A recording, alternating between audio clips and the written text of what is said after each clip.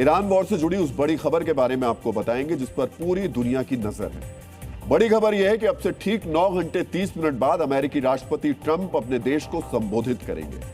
क्या इस संबोधन में युद्ध विराम का ऐलान होने वाला है या फिर ट्रंप पूरी दुनिया को अप्रैल फूल बनाने वाले हैं? मित्रों, ट्रंप लगातार अपने बयानों को बदल रहे हैं और दुनिया में भ्रम पैदा कर रहे हैं। उनकी कथनी और करनी ने युद्ध में असमंजस की स्थिति बना दी है। न दुनिया को समझ आ रहा है, न बाजार समझ पा रहा है मिडिल ईस्ट का युद्ध खत्म होगा या फिर और ज्यादा भड़केगा। भारतीय समय अनुसार कल सुबह 6:30 बजे डोनाल्ड ट्रंप अमेरिका को संबोधित करने जा रहे हैं। इस संबोधन से पहले ट्रंप ने ईरान से बहुत जल्द निकल जाने का बयान भी दिया। आज आपको जानना चाहिए युद्ध काल में ट्रंप अपने देश और दुनिया को कौन सी बड़ी खबर दे सकते हैं। क्या कल सुबह जब आप सोकर उठेंगे तब तक ट्रंप ईरान युद्ध खत्म करने का ऐलान कर चुके होंगे या फिर वो दुनिया को अपने फायदे के लिए अप्रैल फूल बना रहे हैं? आज आपको यह भी समझना चाहिए किस तरह ये युद्ध ट्रंप के लिए गले की हड्डी बन चुका है, जिसे ना तो वो जारी रखना चाहते हैं ना ही इस युद्ध से निकल पा रहे हैं। मित्रों, आज आपके लिए यह समझना भी जरूरी है अगर अमेरिका इस युद्ध से निकल गया तो मिडिल ईस्ट में क्या होगा। क्या युद्ध खत्म हो जाएगा या अमेरिका के जाने के बाद इजराइल ईरान से लड़ता रहेगा? और अगर ऐसा हुआ तो मुस्लिम देश किसका साथ देंगे? लेकिन सबसे पहले आप देखिए अमेरिका और ईरान की ओर से युद्ध खत्म करने के क्या संकेत मिले और किस तरह युद्ध पर ट्रंप के बयान लगातार बदलते जा रहे हैं। अमेरिका के राष्ट्रपति डोनाल्ड ट्रंप और ईरान के राष्ट्रपति मसूद पेजेश्कियन दोनों ने युद्ध खत्म करने की बात कही है। ईरान ने युद्ध खत्म करने की शर्त रखी है, लेकिन ट्रंप बिना शर्त ईरान से निकलने के लिए उतावले दिखाई दे रहे हैं। आज आपको अमेरिका के राष्ट्रपति की बात बहुत ही ध्यान से सुननी चाहिए। मुझे बस ईरान से निकलना है और हम बहुत जल्द निकलने वाले हैं। जैसे ही हम निकलेंगे हालात अपने आप सुधर जाएंगे। 2-3 हफ्तों में हम वहां से हट सकते हैं। हम इसलिए निकलेंगे क्योंकि अब वहां बने रहने की कोई खास जरूरत नहीं है। मित्रों, सुना आपने?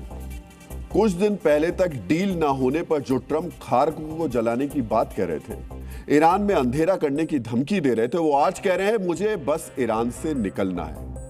ट्रंप कह रहे हैं बस 2-3 हफ्ते में अमेरिका ईरान से निकल जाएगा। ना ईरान की मिसाइलें खत्म हुई, ना संवर्धित यूरेनियम अमेरिका के कब्जे में आया, ना खार्क पर कब्जा हुआ, लेकिन ट्रंप को ईरान से निकलना है। ट्रंप ईरान में रीजन चेंज का भी दावा कर रहे हैं। ट्रंप ने यहां तक कह दिया अमेरिका के ईरान से बाहर निकलने के लिए ही हॉर्मुज का खुलना भी जरूरी नहीं है, वो इसके बगैर भी इस युद्ध को खत्म कर देंगे। अब सारी दुनिया पूछ रही है ट्रंप का हृदय परिवर्तन कैसे हो गया? क्या ट्रंप समझ चुके हैं ईरान का यूरेनियम हासिल करने और मिसाइल सिटी खत्म करने की उनको भारी कीमत चुकानी होगी, जो अमेरिका में उनकी कुर्सी को भी हिला सकती है? या फिर ट्रंप दुनिया को भ्रम में डाल रहे हैं? मित्रों, इन सवालों और ट्रंप के ईरान से बाहर निकलने के बयानों के बीच ईरान की तरफ से भी सकारात्मक प्रतिक्रिया आई है। आज आपको ईरान के राष्ट्रपति मसूद पेजेश्कियन के बयान के बारे में भी जानना चाहिए। मसूद पेजेश्कियन ने यूरोपीय परिषद के अध्यक्ष के साथ फोन पर बातचीत की। ईरान की तरफ से इस बातचीत का ब्यौरा दिया गया है, जिसके मुताबिक ईरान के राष्ट्रपति ने कहा है ईरान जंग नहीं चाहता, लेकिन बिना शर्त युद्ध खत्म नहीं होगा। पेजेश्कियन ने सीज फायर नहीं, स्थायी समाधान की मांग की। ईरान के राष्ट्रपति ने कहा ईरान के पास इजराइल और अमेरिका के साथ चल रहे युद्ध को खत्म करने की जरूरी इच्छा शक्ति है, लेकिन हम इस बात की गारंटी चाहते हैं कि यह संघर्ष दोबारा ना हो। यानी पेजेश्कियन ने अमेरिका या इजराइल के दोबारा हमला नहीं करने की गारंटी मांगी है। ईरान इससे पहले युद्ध में हुए नुकसान का मुआवजा भी मांग चुका है। ईरान की एक मांग खाड़ी क्षेत्र से अमेरिकी सैन्य ठिकानों को हटाना भी है। हालांकि ईरान युद्ध खत्म करने के लिए अमेरिका की 15 मांगों को ठुकरा चुका है। डीएनए मित्रों, ट्रंप और पेजेश्कियन के बयानों का असर शेयर मार्केट से लेकर तेल के बाजार तक हुआ। अमेरिकी शेयर बाजार में आज लगातार दूसरे दिन तेजी बनी हुई है। डाउ जोन्स में कल 1125 पॉइंट्स की उछाल के बाद आज भी 400 पॉइंट्स से ज्यादा की तेजी आई, यानी 2 दिनों में अमेरिकी शेयर बाजार 1500 पॉइंट्स से ज्यादा बढ़ गया। युद्ध विराम की संभावना के बीच दुनिया भर के शेयर बाजारों में आज काफी तेजी रही। भारतीय बाजार भी युद्ध विराम के संकेत की वजह से बढ़ा है। युद्ध विराम का दूसरा संकेत तेल के बाजार से आया। कल ट्रंप और पेजेश्कियन के बयान के बाद से ही अंतर्राष्ट्रीय बाजार में तेल की कीमतें गिरने लगी हैं। आज भी यह सिलसिला जारी रहा। 2 दिन पहले तक जो कच्चा तेल $116 प्रति बैरल था, वो आज $100 के नीचे चला गया। मित्रों, शर्तों के साथ ही सही ईरान की तरफ से भी युद्ध खत्म करने की बात हो रही है, लेकिन वॉर जोन में जो कुछ चल रहा है वो सीज फायर के बिल्कुल उलट है। आज आपको हमारी स्पेशल रिपोर्ट के जरिए जानना चाहिए युद्ध खत्म करने का संदेश दे रहे देश जमीन पर क्या कर रहे हैं।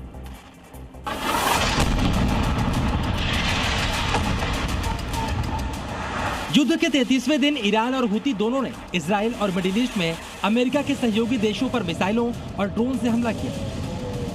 ये IRGC की 89वीं मिसाइल और ड्रोन लॉन्च की लहर थी, जिसका निशाना इजराइल में तेल अवीव, बने ब्रॉक और इलत शहर थे। सेंट्रल इजराइल पर हुए हमले में 14 से 25 लोगों के घायल होने की खबर है। इमारतों को नुकसान पहुंचा है। यहाँ पर यूक्रेनियन एम्बेसी के पास भी धमाका हुआ। ईरान ने कतर के पास समुद्र में तेल टैंकर पर मिसाइल हमला किया। क्रूज मिसाइल के हमले में टैंकर क्षतिग्रस्त हुआ और उसमें आग लग गई। कुवैत एयरपोर्ट पर ड्रोन हमले से फ्यूल टैंक्स में आग लग गई। इससे एयरपोर्ट ऑपरेशन प्रभावित हुआ। बहरीन के US बेस पर ईरानी हमले से एक हेलीकॉप्टर डैमेज हुआ। ईरान के अलावा हुती ने भी दक्षिण इजराइल पर बैलिस्टिक मिसाइल से हमले किए हैं। इसके जवाब में इजराइल अमेरिकी सहयोग के साथ हमले कर रहा है। आज इजराइल ने ईरान के मिसाइल प्लांट और लेबनान में हिजबुल्लाह आतंकियों को निशाना बनाया। तेहरान में मिसाइल उत्पादन साइट्स पर एयर स्ट्राइक से बड़े धमाके हुए और आग लग गई। इस्फहान में न्यूक्लियर और मिसाइल फैसिलिटी पर हमले हुए। बंकर बस्तर बमों से यहाँ भी बड़ा नुकसान हुआ। इजराइल ने बेरूत में भी बम बरसाए। हिजबुल्लाह के कमांडर और ठिकानों पर स्ट्राइक में 5 से 7 लोग मारे गए। मित्रों, देखा आपने, जिस वक्त अमेरिकी राष्ट्रपति ईरान से निकलने की बात कर रहे हैं, जिस वक्त ईरानी राष्ट्रपति कह रहे हैं हमला ना होने की गारंटी मिले तो युद्ध रोक देंगे, उस वक्त मिडिल ईस्ट में बमबारी हो रही है। एक बात और हैरान कर रही है, एक तरफ ट्रंप 2 हफ्ते में ईरान से निकलने की डेडलाइन दे रहे हैं, दूसरी तरफ वो खुद इस इलाके में हथियार और सैनिक इकट्ठा कर रहे हैं। अब अमेरिका ने एक और carrier strike group USS George W Bush को मिडिल ईस्ट में तैनात कर दिया है। इस एयरक्राफ्ट कैरियर पर 5000 से ज्यादा नौसैनिक और 70 से अधिक विमान तैनात हैं। यह एयरक्राफ्ट कैरियर 2 परमाणु रिएक्टरों से ऊर्जा हासिल करता है और 20 साल तक लगातार तैनात रह सकता है। इसके साथ 3 युद्धपोत भी तैनात किए गए हैं। मित्रों, यह हाल तब है जब मिडिल ईस्ट में अमेरिका के लगभग 50,000 सैनिक पहले से तैनात हैं और अब इनकी संख्या और ज्यादा बढ़ाई जा रही है।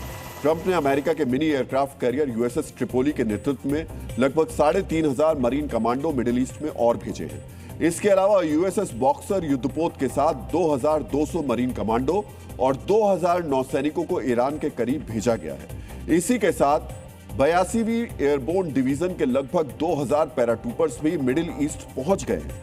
अब सवाल पूछा जा रहा है कि ट्रंप को वाकई ईरान से निकलना है तो वो नए नए एयरक्राफ्ट कैरियर, युद्धपोत और कमांडो मिडिल ईस्ट में क्यों भेज रहे हैं? ट्रंप के नए बयान से इसका जवाब भी मिल गया। ट्रंप ने एक बार फिर से ईरान की तरफ सीज फायर की अपील का दावा किया।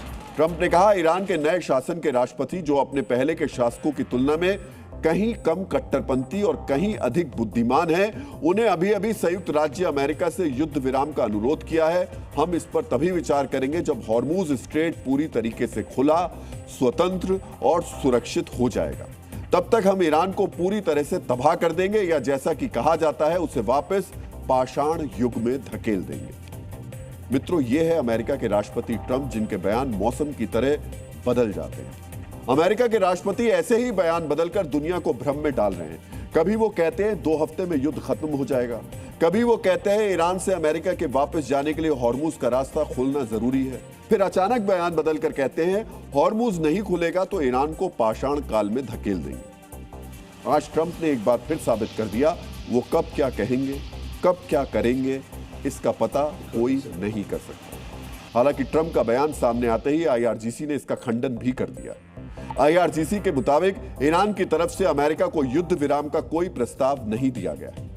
मित्रों, ट्रंप के बदलने बयानों पर इस वक्त दुनिया का कोई भी मुल्क भरोसा नहीं करता, लेकिन दुनिया को इस बात पर पूरा यकीन है कि इजराइल के नेता जो कहते हैं वो जरूर करते हैं। इजराइल के प्रधानमंत्री बेंजामिन नेतन्याहू के मुताबिक जब तक ईरान की परमाणु और मिसाइल क्षमता नष्ट नहीं होगी, जब तक ईरान में रिजिम चेंज नहीं होगी, तब तक इजराइल का ऑपरेशन जारी रहेगा। हालांकि नेतन्याहू ये भी कह रहे हैं कि ईरान के खिलाफ अमेरिका बड़ा सहयोगी है, लेकिन नेतन्याहू का प्लान बी भी सामने आ गया। आज आपको इजराइल के प्रधानमंत्री की बात भी बहुत ध्यान से सुननी चाहिए। שברנו את כוחם של צבאות הטרור. हमने न केवल अमेरिका को मजबूत किया है, बल्कि क्षेत्र के महत्वपूर्ण देशों के साथ नए गठबंधन भी बना रहे हैं जो ईरान के साझा खतरे के खिलाफ है। और मुझे उम्मीद है कि जल्द ही मैं आपको इन महत्वपूर्ण गठबंधनों के बारे में और जानकारी दे पाऊंगा। נועדו להחריב את ערי ישראל.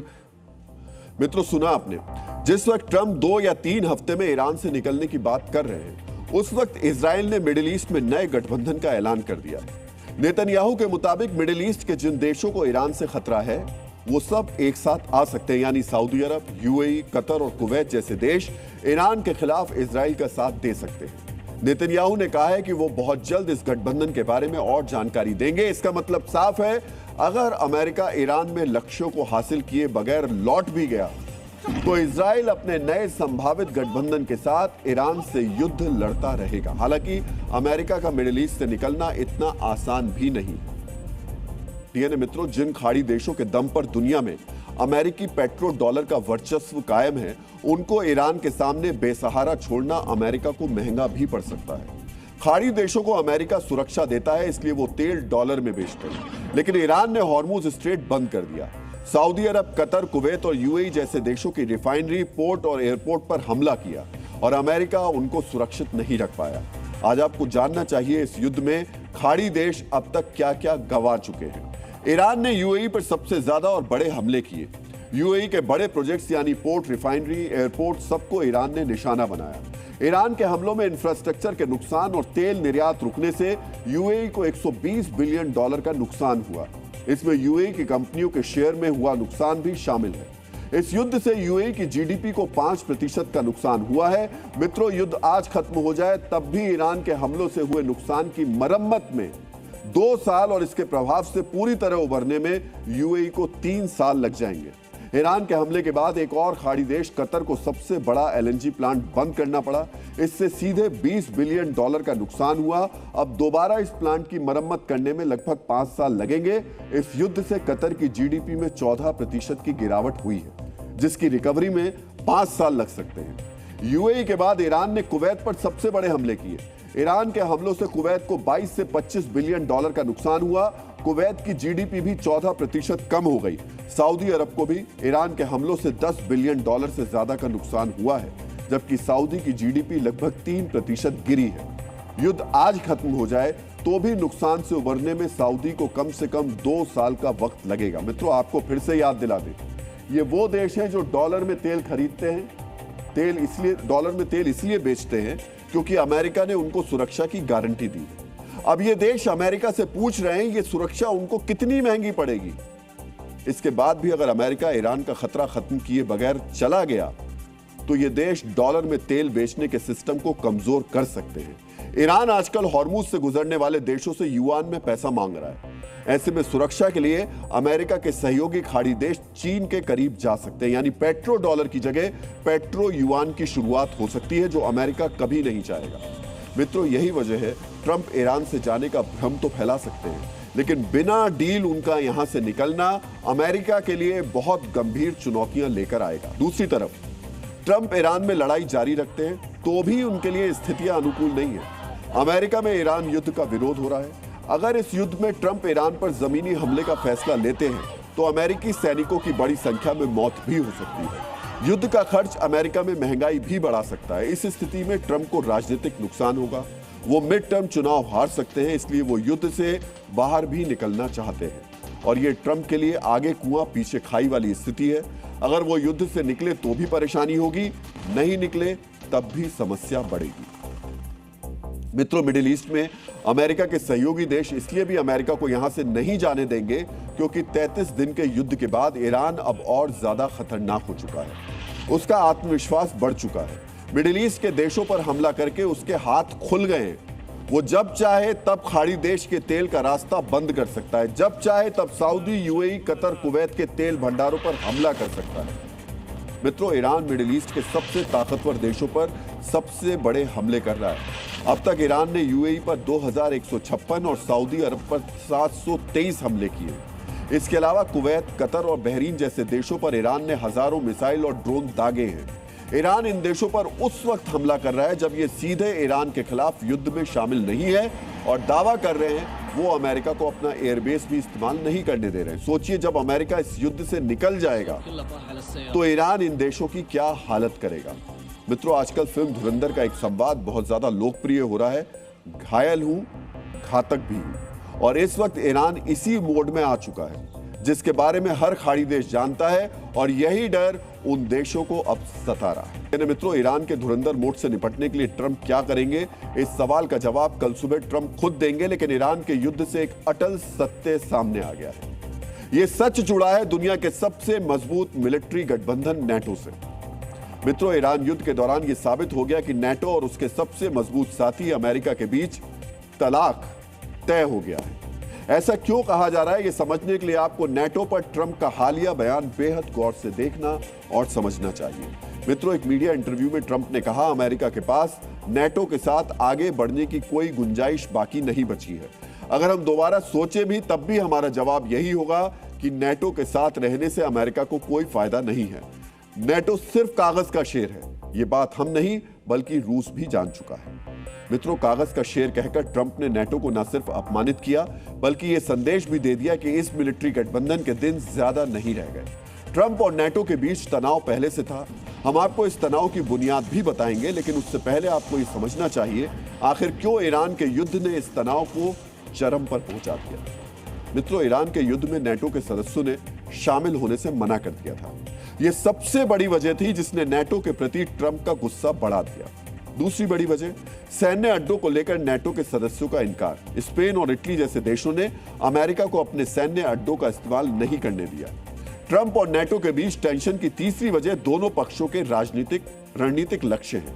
ट्रंप का पूरा जोर ईरान को खत्म करने पर लगा हुआ है, जबकि नेटो के सदस्य अपनी सैन्य क्षमता को यूक्रेन के युद्ध में झोंक रहे हैं। मित्रों, अब ट्रंप और नेटो के बीच टेंशन की बुनियाद पर बात कर लेते हैं। ये तो पूरी दुनिया जानते हैं कि ट्रंप एक राष्ट्रपति कम और बिजनेसमैन ज्यादा है। ट्रंप के हर फैसला, हर योजना में पैसा जुड़ा रहता है। नेटो के साथ तनाव की जड़ में भी पैसा ही है। अब हम आपको इस महाभारत का मनी कनेक्शन बताने जा रहे हैं। मित्रों, नेटो एक बड़ा मिलिट्री गठबंधन है। इसी वजह से उसे भारी फंडिंग की जरूरत पड़ती है। 2025 के आंकड़ों के अनुसार अमेरिका ने नेटो में 91 लाख करोड़ रुपए की फंडिंग की, जबकि नेटो के बाकी 31 सदस्यों ने कुल मिलाकर 53 लाख करोड़ रुपए फंड में दिए। यानी नेटो के बाकी सदस्यों के मुकाबले अमेरिका तकरीबन 2 गुना खर्च कर रहा है। खर्च में इतने बड़े फर्क की ही वजह से ट्रंप लगातार नेटो सदस्यों पर फंडिंग में ज्यादा योगदान देने के लिए कह रहे थे। ट्रंप ने कहा था नेटो के सदस्यों को अपनी जीडीपी का कम से कम 5% इस फंड में देना चाहिए। नेटो सदस्यों ने इस फॉर्मूले पर ना तो राजी हुए और ना ही ईरान के युद्ध में अमेरिका का साथ दिया। इसी कथित दोहरे रवैये ने ट्रंप के पारे के मीटर को ऊपर चढ़ा दिया। एक और ऐसा मुद्दा है जिसकी वजह से अमेरिका और नेटो के बीच परस्पर भरोसे की भावना पूरी तरह जन्म नहीं ले पाई। अब हम आपको इस अदावत से जुड़े दूसरे मुद्दे के बारे में बताने जा रहे हैं। मित्रों, नेटो के चार्टर यानी उसके संविधान का एक महत्वपूर्ण हिस्सा है अनुच्छेद 5। यह अनुच्छेद कहता है कि अगर नेटो के किसी भी सदस्य पर हमला होगा तो उसे पूरे नेटो गठबंधन पर हमला माना जाएगा, लेकिन ऐसी सूरत में सभी सदस्य एक साथ मिलकर जवाबी कार्रवाई करेंगे। इसी अनुच्छेद 5 के बाद अगला है अनुच्छेद 6। यह अनुच्छेद कहता है कि हवाई, प्यूर्टो रिको और गुआम पर हमला हुआ तो उसे नाटो पर हमला नहीं माना जाएगा। इन तीनों इलाकों में अमेरिका के बड़े सैन्य अड्डे हैं, लेकिन नेटो के अनुच्छेद 6 के मुताबिक इन हिस्सों पर हमलों को नेटो पर हमला नहीं करार दिया जा सकता। नेटो चार्टर के अनुच्छेद 6 का अमेरिका में लंबे समय से विरोध होता आया है। ईरान के युद्ध ने ट्रंप को इस विरोध को भुनाने का मौका दिया और आज ट्रंप साफ साफ कह रहे हैं अमेरिका को नेटो की जरूरत नहीं है। मित्रों, ऐसा लगता है इन दिनों ट्रंप की कुंडली में मित्र दोष बैठा हुआ है। एक तरफ नेटो से दूरी बन रही है तो दूसरी तरफ मित्र अरब देशों से भी ट्रंप की खटपट बढ़ रही है। ट्रंप कह चुके हैं कि वो 2 से 3 हफ्तों में ईरान से युद्ध को खत्म कर देंगे, लेकिन अरब देश ऐसा नहीं चाहते। इस समीकरण को समझने के लिए आपको यूएई से आया एक बड़ा अपडेट बेहद ध्यान से देखना चाहिए। मित्रों, यूएई ने ट्रंप प्रशासन से कहा है कि उन्हें तब तक युद्ध नहीं रोकना चाहिए जब तक ईरान की सैन्य ताकत पूरी तरह खत्म ना हो जाए। यूएई ने यह ऑफर भी दिया कि हॉर्मुज की घेराबंदी तोड़ने के लिए वो नौसैनिक योगदान देने के लिए तैयार है। यूएई से पहले सऊदी अरब भी कह चुका है ट्रंप को ईरान पर हमले जारी रखने चाहिए। ट्रंप की घोषणा के बाद भी अरब देश युद्ध को आगे खींचना चाहते हैं। इस डिमांड के पीछे सिर्फ और सिर्फ एक वजह है, ईरान के पलटवार का डर। सऊदी अरब से लेकर यूएई और कतर जैसे देशों को भली भांति पता है, अगर ईरान की सैन्य ताकत खत्म होने से पहले युद्ध रोका गया तो पूरे मिडिल ईस्ट में ईरान सबसे बड़ा खतरा बन जाएगा। अमेरिका का साथ देने के बदले में छोटे अरब देशों को ईरान के दबाव या फिर हमलों का सामना करना पड़ेगा। इसी वजह से ट्रंप का प्लान और अरब देशों की मांग आजकल अलग अलग दिशा में जाती दिखाई दे रही है। मित्रों, ईरान के युद्ध ने वाकई दुनिया भर के समीकरणों को बदल कर रख दिया। इन बदलावों को गौर से समझने के लिए आपको एक और तस्वीर ध्यान से देखनी चाहिए। यह तस्वीर सामने आई है सीरियाई राष्ट्रपति अहमद अल शारा के ब्रिटेन दौरे से। 29 और 30 मार्च को अहमद शारा जर्मनी में थे और अब वो ब्रिटेन पहुंचे। कागजों पर इस दौरे का एजेंडा यूरोप में रहने वाले सीरियाई शरणार्थी बताए गए, लेकिन सच ये है कि यूरोपीय देश अब अरब जगत में अपने नए सहयोगी तलाश रहे हैं। इस तरह यूरोपीय देश अरब जगत से आने वाले तेल के नए रास्ते और सुरक्षा की संभावनाओं को खंगाल रहे हैं। आज के बदलते संसार को देखते हुए फ्रांस के शासक और महान जनरल नेपोलियन बोनापार्ट का एक कथन याद आ जाता है। नेपोलियन ने एक बार कहा था, इंसान का निश्चय बदलने के लिए सिर्फ दो ही बातें काफी होती हैं, पहला है डर और दूसरा है स्वार्थ। जब भी इंसान इन दोनों में से किसी का सामना करता है तो वो अपनी दशा और दिशा बदल लेता है। मित्रों, नेपोलियन का यह विचार आज सत्य साबित होता दिख रहा है। ईरान के डर से अरब देशों और ट्रंप के बीच तनातनी हो रही है। तेल का स्वार्थ पूरा करने के लिए यूरोपीय देश ट्रंप से दूरी बना रहे हैं। ट्रंप भले ही अपनी जुबान से कहें ना कहें, लेकिन सच यही है कि ट्रंप के ऊपर ये हालात भारी पड़ते नजर आ रहे हैं। डीएनए मित्रों, अमेरिकी राष्ट्रपति ट्रंप जो दांव चल रहे हैं वही उल्टा पड़ता भी जा रहा है। ट्रंप ने दोस्तों को झुकाने की कोशिश की तो वो दूर हो गए। ट्रंप ने अपनी सुरक्षा के लिए प्रोजेक्ट बनाने की कोशिश की तो अमेरिकी अदालत ने उस पर हथौड़ा चला दिया। ट्रंप पर अमेरिकी न्याय व्यवस्था की इस स्ट्राइक को समझने के लिए आपको अमेरिका से आई एक बड़ी खबर बहुत ही ध्यान से देखनी चाहिए। मित्रों, व्हाइट हाउस में ट्रंप एक बॉल रूम यानी डांस करने वाला हॉल बनवाने की कोशिश कर रहे थे। इस बॉल रूम के निर्माण के लिए तकरीबन 3700 करोड़ रुपए का भारी भरकम बजट भी आवंटित कर दिया गया था, अलॉट कर दिया गया था। लेकिन एक अमेरिकी अदालत ने निर्माण पर रोक लगा दी। अदालत ने कहा, बतौर राष्ट्रपति ट्रंप को व्हाइट हाउस में रहने का अधिकार है, लेकिन वो व्हाइट हाउस के मालिक नहीं है। इसी वजह से उन्हें व्हाइट हाउस का मूल ढांचा बदलने का अधिकार नहीं है। जज ने यह आदेश भी पारित किया कि ढांचे का जितना निर्माण हो चुका है उसकी जांच की जाए।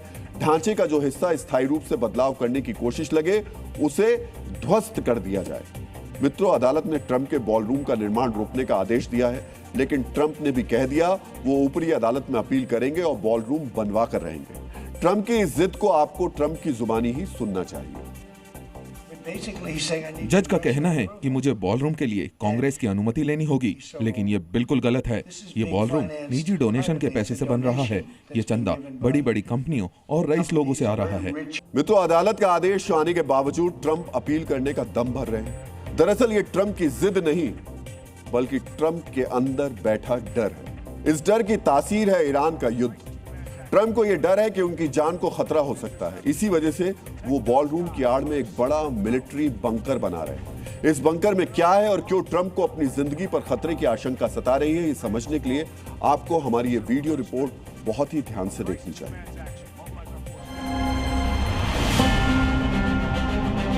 दुनिया के सबसे शक्तिशाली व्यक्ति की आवाज यानी व्हाइट हाउस में पहले से बंकर और अंडरग्राउंड दफ्तर है।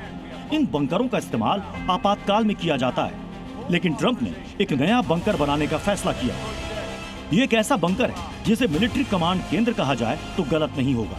General's report. Launch interceptors. Protect our skies. White house के बॉलरूम के नीचे बनाए जा रहे बंकर का कुल क्षेत्रफल तकरीबन 90,000 वर्ग फीट होगा।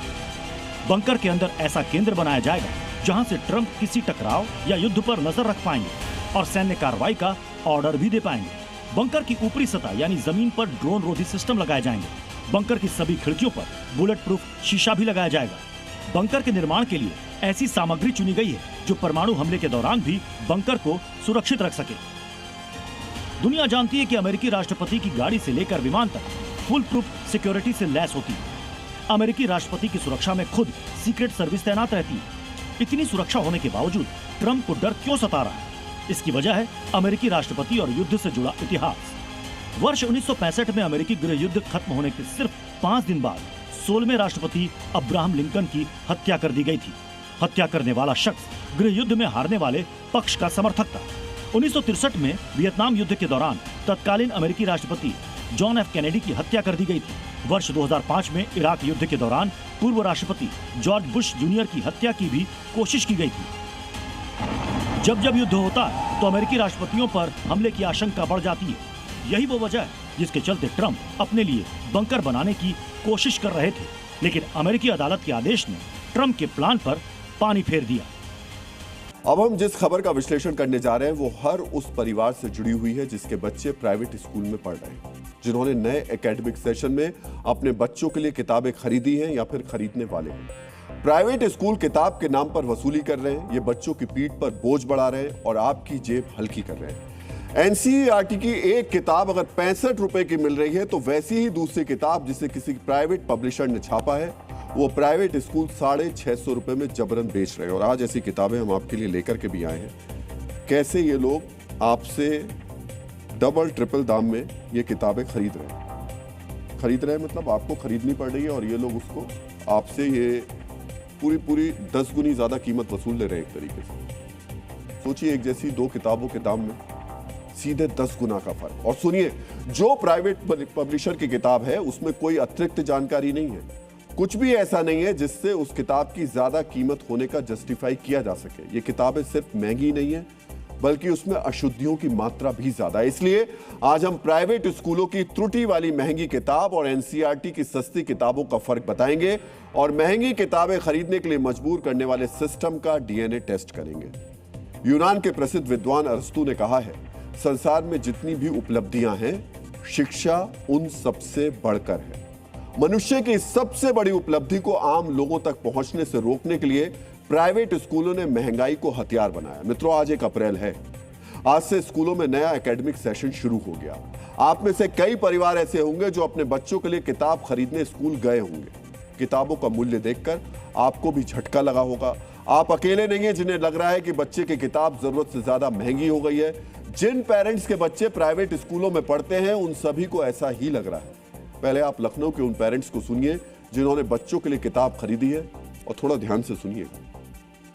सब्जेक्ट वाइज एक किताब 935, 835, 600, 500 इस तरीके से हैं बुक्स। जो आपने बंच लिया होगा तो वो कितने का होगा? वो मेरा 8,500 का करीब पड़ा है जी।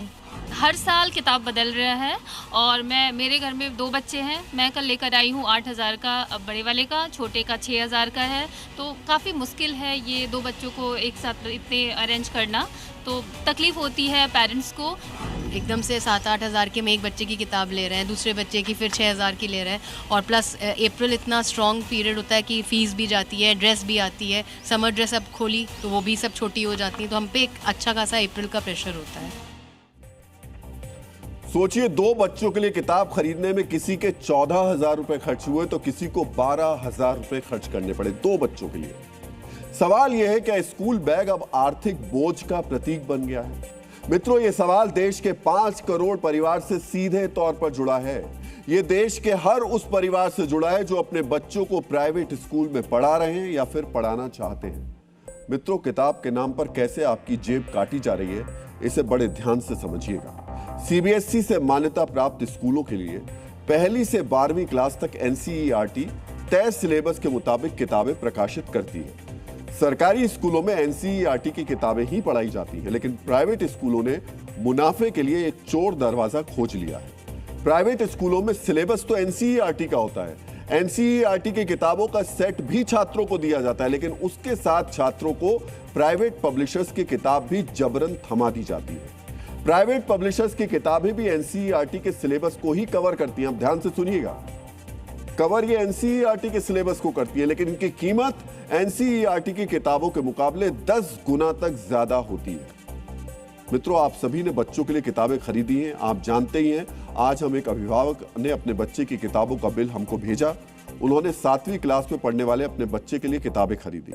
किताबों के दाम में कितना फर्क है, इसे समझिए। आम आदमी से हो रही इस लूट को समझने के लिए आज मैं अपने साथ ये कुछ किताबें भी लेकर आया हूं। मित्रों, मेरे हाथ में इस समय एनसीईआरटी और प्राइवेट पब्लिशर की 7वीं क्लास की ये किताब है और ये साइंस की किताब है। अब आप देखिए, एनसीईआरटी की ये किताब है मेरे हाथ में, curiosity text book of science for grade 7, ठीक है। और ये दूसरी साइंस नाउ है, ये एक प्राइवेट पब्लिशर की किताब है। सिलेबस दोनों के एक, लेकिन अब इसमें फर्क समझ लीजिए आप, अंतर क्या है। ये जो प्राइवेट पब्लिशर की किताब है, इसकी कीमत है, ये एनसीईआरटी की किताब है, पहले मैं आपको प्राइवेट पब्लिशर की किताब बता देता हूं। इसकी कीमत है 649 रुपए, प्राइवेट पब्लिशर की किताब। अब ये एनसीईआरटी की किताब है और इसकी कीमत देख लेते हैं, 65 रुपए। 65 रुपए की वो किताब है जो एनसीईआरटी छाप रही है और प्राइवेट पब्लिशर की किताब है 649 रुपए। सिलेबस सेम है। गुरुदेव रविंद्रनाथ टैगोर ने कहा है कि शिक्षा को हम आपके पास उस कोट को लेकर आए, लेकिन उससे पहले आपको बता दें कि ये जो मैं आपको बता रहा था, इन दोनों किताबों की स्थिति, ये जो साइंस की किताब है एनसीईआरटी की, ये 65 रुपए में, और दूसरी वही किताब जो पब्लिशर प्राइवेट छाप रहा है वो 550 रुपए में। तो गुरुदेव रविंद्रनाथ टैगोर ने कहा है कि शिक्षा को व्यापार नहीं बनाना चाहिए, ये आत्मा के विकास का साधन है। आत्मा के विकास के साधन को प्राइवेट स्कूलों ने शुद्ध व्यापार बना दिया है। ये ठगी की सालाना ईएमआई है जो हम हर साल मार्च या अप्रैल के महीने से भरना शुरू करते हैं। मित्रों, निजी स्कूल प्राइवेट पब्लिशर्स की जो किताबें 10 गुना दाम पर बेचते हैं, उनकी गुणवत्ता क्या एनसीईआरटी से अच्छी होती है? उनमें क्या कुछ अतिरिक्त जानकारी होती है? जवाब है बिल्कुल भी नहीं। फिर प्राइवेट पब्लिशर्स की किताबें क्यों बच्चों को जबरन पढ़ाई जा रही हैं, इसे हम विस्तार से समझेंगे, लेकिन पहले आपके साथ एनसीईआरटी के बारे में छोटी सी जानकारी शेयर कर देते हैं। 1961 में एनसीईआरटी को इसलिए बनाया गया था कि यह एजेंसी स्कूली शिक्षा की गुणवत्ता सुधारने के लिए शोध करेगी, रिसर्च करेगी और सिलेबस के मुताबिक किताबें छापेगी। 2024-25 में एनसीईआरटी का सालाना बजट 510 करोड़ रुपए था। यह संस्था करीब 100 करोड़ रुपए सिर्फ रिसर्च पर खर्च करती है। यह खर्च इसलिए किया जाता है ताकि स्कूल में पढ़ने वाले करोड़ों बच्चों को कम कीमत में ज्यादा बेहतर और ज्ञानवर्धक किताबें मिल सके। मित्रों, कई बड़े प्राइवेट पब्लिशर्स का सालाना व्यापार भी इतने का नहीं होता जितना एनसीईआरटी रिसर्च पर खर्च कर देती है। समझिए, एनसीईआरटी अपने बजट का करीब 20% हिस्सा सिर्फ किताबों को ज्ञानवर्धक बनाने पर शोध करने के लिए खर्च करती है, रिसर्च करने के लिए खर्च करती है। बड़े बड़े विद्वान एनसीईआरटी की किताबें तैयार करते हैं। फिलहाल विवेक देबरॉय जैसे अर्थशास्त्री, संजीव सान्याल जैसे इतिहासकार, डॉक्टर शेखर मांडे जैसे वैज्ञानिक एनसीईआरटी के पैनल से जुड़े हुए हैं। किताबें छापने के साथ ही एनसीईआरटी डिजिटल कंटेंट और क्षेत्रीय शिक्षा संस्थानों का संचालन भी करती है। एनसीईआरटी की जिन किताबों को निजी स्कूल प्राइवेट पब्लिशर्स की किताबों से रिप्लेस करते हैं, उन्हें हर विषय के एक्सपर्ट्स लिखते हैं। समझिए, 8वीं की एनसीईआरटी के इतिहास की किताब देश के जाने माने इतिहासकारों का पैनल लिखेगा। सोचिए, ऐसे विशेषज्ञों के ज्ञान पर प्राइवेट पब्लिशर की वो किताब भारी पड़ रही है, जिसका लेखक इतिहास में मास्टर डिग्री लेने वाला कोई व्यक्ति होगा। ऐसा क्यों है? इसकी वजह है ठगी, लालच और मुनाफा। पहले सुनिए प्राइवेट स्कूलों के लालच के शिकार अभिभावक क्या कह रहे हैं। कोर्स जो लिया होगा आपने, कितने का आपने लिया है? 40,000 टोटल और 15,000 की बस बुक पड़ी है, नोट्स बुक छोड़ के। नोट्स बुक्स के अलावा? Yes sir. तो आप बुक्स खरीद ली उनके लिए? अब बुक्स तो सर खरीद लिए इस स्कूल से। कितने का कोर्स हुआ है दोनों? सर 25,000 20-25,000 रुपए के दोनों बिटिया की बुकें आई है सर। एक बुक बताया जा रहा है 800, 900, 1000 तक की है। इसमें हमारी खुद 12th में नहीं 7th में जो बेटी आई है उसकी 12,500 की बुक्स आई है। बुक के अलावा जो स्टेशनरी आइटम है, जैसे इंस्ट्रूमेंट बॉक्स खराब नहीं होता है, सीजर खराब नहीं होता, हर एक साल खरीदना पड़ता है। ग्लोब क्या चेंज होता है क्या? दुनिया ग्लोब खरीदना पड़ता है। ये स्कूल का हालत है। 6 से 7,000 का किताब होगा। 7,000 का? किस हाँ। क्लास में पढ़ते हो आप? हम तो 11th में भी गए। अच्छा, ये बहन का है। बहन के लिए? हाँ। मित्रों, ये सामान्य ठगी नहीं है। शिक्षा के नाम पर यह ठगी संगठित और बहुत बड़ी है। कितनी बड़ी है, इसे समझने के लिए आपको पहले कुछ आंकड़े ध्यान से समझने चाहिए। देश में किताबों का कुल कारोबार 42,000 करोड़ रुपए का है। इसमें एनसीईआरटी और राज्य सरकारों की एजेंसियों की किताबों की हिस्सेदारी करीब 30% है। स्कूली किताबों के बाजार में प्राइवेट पब्लिशर्स की हिस्सेदारी करीब 70% है। एनसीईआरटी और राज्य सरकार की प्रकाशन एजेंसियां पूरे साल में करीब 14,000 करोड़ की किताबें बेचती हैं, जबकि प्राइवेट पब्लिशर्स पूरे साल में करीब 28,000 करोड़ से ज्यादा की किताबें बेचते हैं। देश में हर साल करीब 300 करोड़ स्कूली किताबें प्रिंट होती हैं। इसमें बड़ा हिस्सा प्राइवेट पब्लिशर्स की किताबों का होता है। मित्रों, अब सवाल है, जब गुणवत्ता में एनसीईआरटी की किताबें अच्छी हैं, फिर स्कूली किताबों के बाजार में प्राइवेट पब्लिशर्स का हिस्सा ज्यादा क्यों है? इसकी वजह है लालच और मुनाफा। मित्रों, देश में करीब 15 लाख स्कूल हैं। इनमें से करीब 70% सरकारी स्कूल हैं, वहीं करीब 23% प्राइवेट स्कूल हैं। 2024-25 के एकेडमिक वर्ष में सरकारी स्कूलों में 15 करोड़ यानी 61% बच्चे पढ़ते थे, वहीं प्राइवेट स्कूलों में करीब 9.5 करोड़ यानी 39% बच्चे पढ़ते थे। प्राइवेट स्कूल कम है, इनमें पढ़ने वाले बच्चे कम हैं, लेकिन देश में प्राइवेट स्कूलों का सालाना कारोबार करीब 5 लाख करोड़ रुपए का है। ये रकम बिहार, कर्नाटक, आंध्र प्रदेश, गुजरात जैसे राज्यों के वार्षिक बजट यानी सालाना बजट से ज्यादा है। सोचिए, प्राइवेट स्कूल कम है, इनमें पढ़ने वाले छात्र भी कम हैं, लेकिन इनका सालाना कारोबार कई राज्यों के वार्षिक बजट से ज्यादा है। ये सारा पैसा हमारी आपकी जेब से गया है। पहले तो इन स्कूलों की फीस महंगी होती है, इनकी फीस पर कोई कंट्रोल नहीं होता है। ऊपर से ये प्राइवेट पब्लिशर्स की महंगी किताबें बेचकर, जो मैं आपके लेकर आया हूं, मोटा मोटा मुनाफा कमाते हैं। दरअसल इन महंगी किताबों को बेचने से होने वाले मुनाफे में प्राइवेट स्कूलों का मोटा कमीशन होता है। इसी मुनाफे के लालच में प्राइवेट स्कूल आम आदमी की मजबूरी को अपना आर्थिक मजबूती में बदल लेते हैं। कई बार चाहकर भी लोग अपने बच्चों को सरकारी स्कूलों में नहीं पढ़ा पाते, क्योंकि सरकारी स्कूलों के पास इतना इंफ्रास्ट्रक्चर भी नहीं होता कि वो सभी बच्चों को पढ़ा पाएं। इसका फायदा ये प्राइवेट स्कूल उठाते हैं। दिल्ली से देहरादून तक प्राइवेट स्कूलों की ठगी का मॉडल एक है, लेकिन बड़े शहरों में वसूली भी बड़ी है। इसे ऐसे समझिए कि एक बच्चे को पढ़ाने पर सरकारी स्कूलों में एक साल का खर्च औसतन 2000 से 8000 रुपए होता है। 2000 से 8000 रुपए। छोटे शहर के प्राइवेट स्कूल में यह खर्च बढ़कर 50,000 से 2 लाख रुपए तक हो जाता है। भोपाल, लखनऊ, पटना जैसे शहरों में यह खर्च बढ़कर 1 से 4 लाख रुपए तक हो जाता है। वहीं दिल्ली, मुंबई जैसे महानगरों में एक बच्चे को प्राइवेट स्कूल में पढ़ाने का सालाना खर्च 6 लाख रुपए तक है। कई बार यह 6 लाख रुपए से भी ज्यादा हो जाता है। मित्रों, भारत में 4 सदस्यों वाले हर परिवार की औसत आमदनी करीब 5 लाख रुपए है। सोचिए, अगर एक औसत भारतीय परिवार अपने एक बच्चे को किसी प्राइवेट स्कूल में पढ़ाना चाहता है, तो उसे अपनी आय का, अपनी आमदनी का करीब 40% हिस्सा खर्च करना होगा। समझिए, अच्छी शिक्षा के नाम पर प्राइवेट स्कूल हमारी कमाई का 40% तक वसूल लेते हैं। मित्रों, इस खर्च में किताबें बहुत ही छोटा हिस्सा है। आप सुनिए कैसे प्राइवेट स्कूलों से जुड़े लोग इस संगठित ठगी का बचाव कर रहे हैं।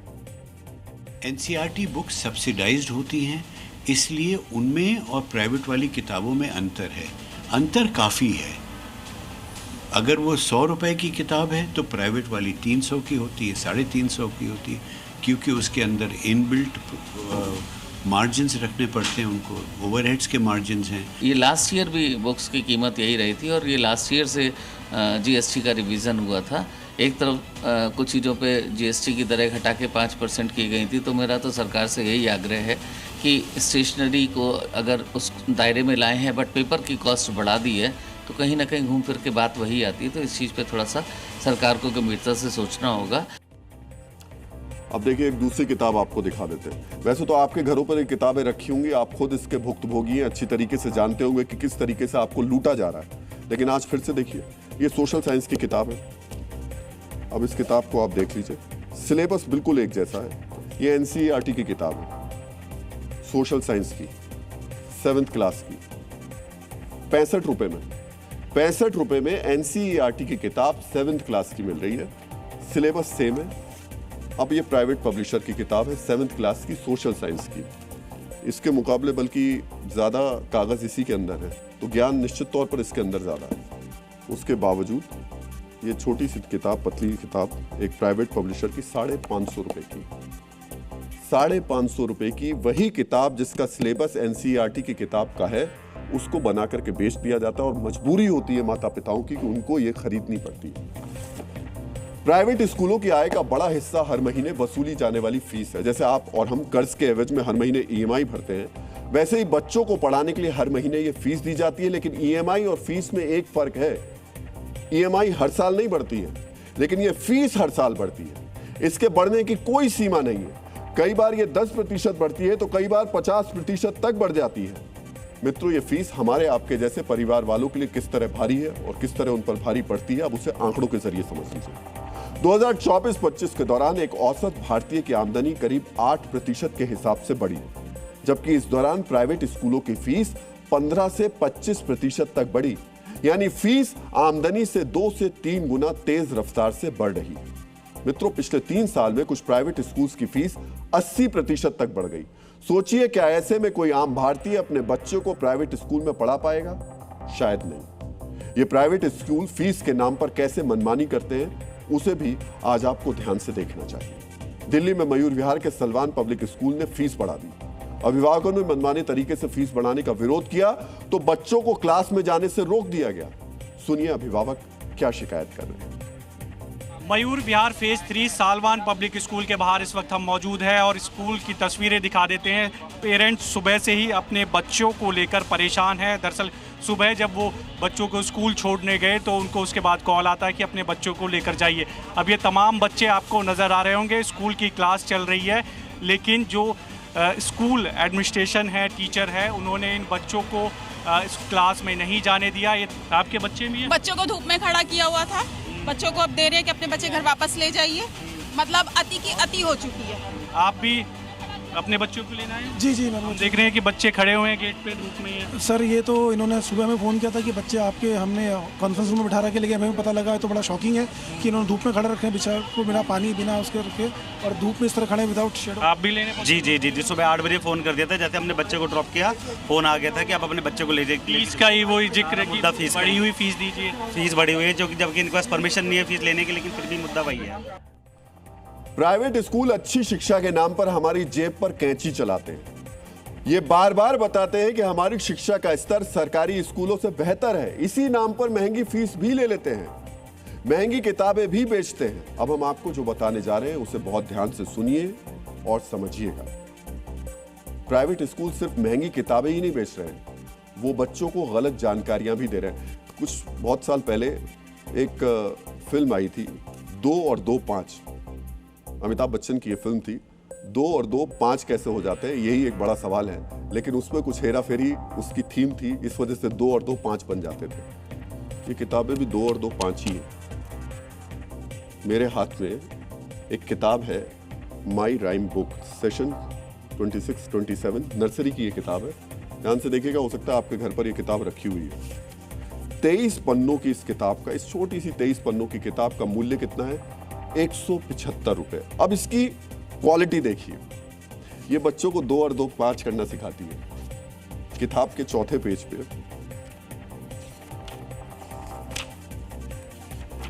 ये देखिए, चौथे पेज पे माई फैमिली है। माई फैमिली में he is my father, he is very kind, she is my mother, she have a noble mind, he is my brother, he is a hale and tall, my family is very small, we are 4 in all, we are 4 in all. कितने? 1 2 3 4 5। नीचे लिख रहे हैं 4, ऊपर दिखा रहे हैं 5। दूसरा देखिए, अब जो 2 और 2 5 की बात मैं आपसे कह रहा था, इस कविता के शीर्षक में मैंने आपको दिखा दिया, लिखा क्या है, तस्वीर क्या है। अब दूसरा देखिए, फिंगर राइम। 1 फिंगर में तो 1 फिंगर दिखा दी, 2 फिंगर्स में 2 फिंगर्स दिखा दी। अब जब बात 3 फिंगर्स की करते हैं तो 5 दिखा रहे हैं, 4 फिंगर की करते हैं, ध्यान से देखिएगा कैमरे में, तो 5 दिखा रहे हैं, 4 की कर रहे हैं तो 5 दिखा रहे हैं, 3 की कर रहे हैं तो 5 दिखा रहे हैं, और 5 की कर रहे हैं तो 5 दिखा रहे हैं। इसलिए मैंने आपसे कहा था कि 2 और 2 5, 3 4 5, सब पे 5 का पंजा लगा है। बच्चा क्या सीखेगा? वहां फोटो में 5 लोग, वहां और थे कितने? बताया गया 4, यहां कितनी है? उंगलियां हैं 3, बताई जा रही हैं 5। तो स्थिति आप इन किताबों की देख सकते हैं। और जब इस किताब को बच्चा पढ़ेगा, ये बेसिक है, नर्सरी की किताब है, जब इस बच्चे को इस किताब को पढ़कर आगे बढ़ेगा तो सोचिए क्या आगे कैरी फॉरवर्ड कर पाएगा। इस किताब के पेज नंबर 12 की मैंने आपको तस्वीर दिखाई दी, बताई दिया, उंगलियों के जरिए किस तरीके से काउंटिंग सिखाई गई और गलत काउंटिंग सिखाई गई। तो हालात आप समझ सकते हैं कि इस तरीके की किताबें हमें कैसे गलत जानकारियां भी दे रही हैं और हमारे पैसे को भी लूट के ले जा रही है। तो आज इस खबर को हम इसी वजह से आपके सामने दिखा रहे हैं, बता रहे हैं कि ये उंगलियों की किताब भी हमने आपको बता दी और वो पूरी अशुद्धियां जो दिखाई थी वो भी आपको इसके अंदर हमने बता दिया। आगे बढ़ते हैं। अगर बच्चे इस किताब के जरिए सीखेंगे तो मैंने आपसे कहा ही तो क्या सीखेंगे, ये बड़ा महत्वपूर्ण सवाल उठ रहा है। दक्षिण अफ्रीका के पूर्व राष्ट्रपति नेल्सन मंडेला ने कहा है कि शिक्षा सबसे शक्तिशाली हथियार है जिसका उपयोग आप दुनिया को बदलने के लिए कर सकते हैं। सोचिए, हमारे देश में शिक्षा के नाम पर प्राइवेट स्कूल क्या कर रहे हैं, महंगी फीस वसूल रहे हैं, महंगी किताबें बेच रहे हैं और बच्चों को गलत जानकारियां दे रहे हैं। मित्रों, ये आपके हमारे पूरे देश के वर्तमान और भविष्य से जुड़ा मुद्दा है। ये ज्ञान और अर्थ दोनों से जुड़ा मामला है। इसलिए आज हम सिर्फ इतना कहेंगे कि राष्ट्र का भविष्य बनाने वाले इस सिस्टम को दुरुस्त किया जाना चाहिए, नियम बनाए जाने चाहिए ताकि प्राइवेट स्कूल आम आदमी की जेब ना काट सके और बच्चों को सही, सस्ती और अच्छी शिक्षा दें। मित्रों, जो प्राइवेट स्कूल फीस और किताब के नाम पर मुनाफाखोरी नहीं कर रहे हैं, सही कीमत पर ही किताब उपलब्ध करा रहे हैं, हम उनकी तारीफ करते हैं। लेकिन ऐसे स्कूल आपको बहुत ही कम देखने को मिलेंगे। गुरुदेव रविन्द्रनाथ टैगोर ने कहा था कि जब लाभ ही लक्ष्य बन जाए तब मूल्य और मर्यादा स्वयं ही समाप्त हो जाते हैं। ये शिक्षा में भी हो रहा है और राजनीति में भी हो रहा है। राजनीति में नैतिकता और मर्यादा सिर्फ सजावटी शब्द बनकर रह गए। इसे कागजी आदर्श बनाने में कमोबेश हर नेता का योगदान है। लेकिन आज बात असदुद्दीन ओवैसी की करेंगे, जो पश्चिम बंगाल के मुर्शिदाबाद में आज थे, जहां वो चुनावी प्रयोगशाला में अपने मजहबी फॉर्मूले का टेस्ट करने की तैयारी में है। इसके लिए उन्होंने बंगाल में अपना साथी बनाया है उन हुमायूं कबीर को जो नई बाबरी मस्जिद बनवा रहे हैं। दोनों मिलकर ममता बनर्जी के मुस्लिम वोट बैंक में सेंधमारी की पूरी कोशिश कर रहे हैं। मुर्शिदाबाद में खड़े होकर ओवैसी ने स्पष्ट शब्दों में कहा कि बंगाल के मुसलमानों को अपना स्वतंत्र राजनीतिक नेतृत्व खड़ा करने की जरूरत है। टीएमसी को वोट दिया 15 साल से, बताइए टीएमसी ने जमीन पर ऐसी कौन सी तब्दीली पैदा की जिससे मुस्लिम अक़लियत को फायदा हो सके। आज आप देख रहे हैं कि हमारे पास लीडरशिप नहीं है, हम सिर्फ वोट डालने वाली एक मशीन हमको बना दिया गया। याद रखिए, लीडरशिप आपकी होगी तो आवाज भी आपकी उठाई जाएगी।